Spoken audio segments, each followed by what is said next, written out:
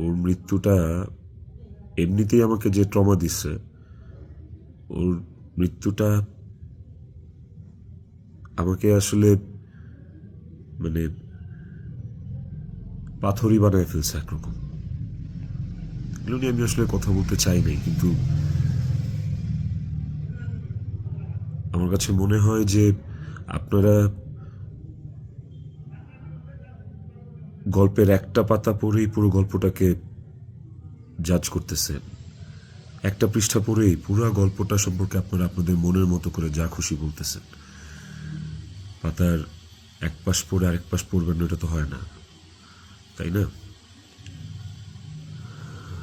আর আমি আসলে কোনো কিছু প্রপারলি গুছায় বলার মতো স্টেটে নাই, পরিস্থিতিতে নাই।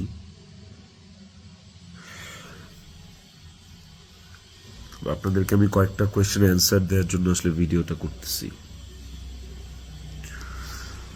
যে প্রশ্নের উত্তরগুলি আপনাদের কিছুটা হলেও কনফিউশন দূর করবে।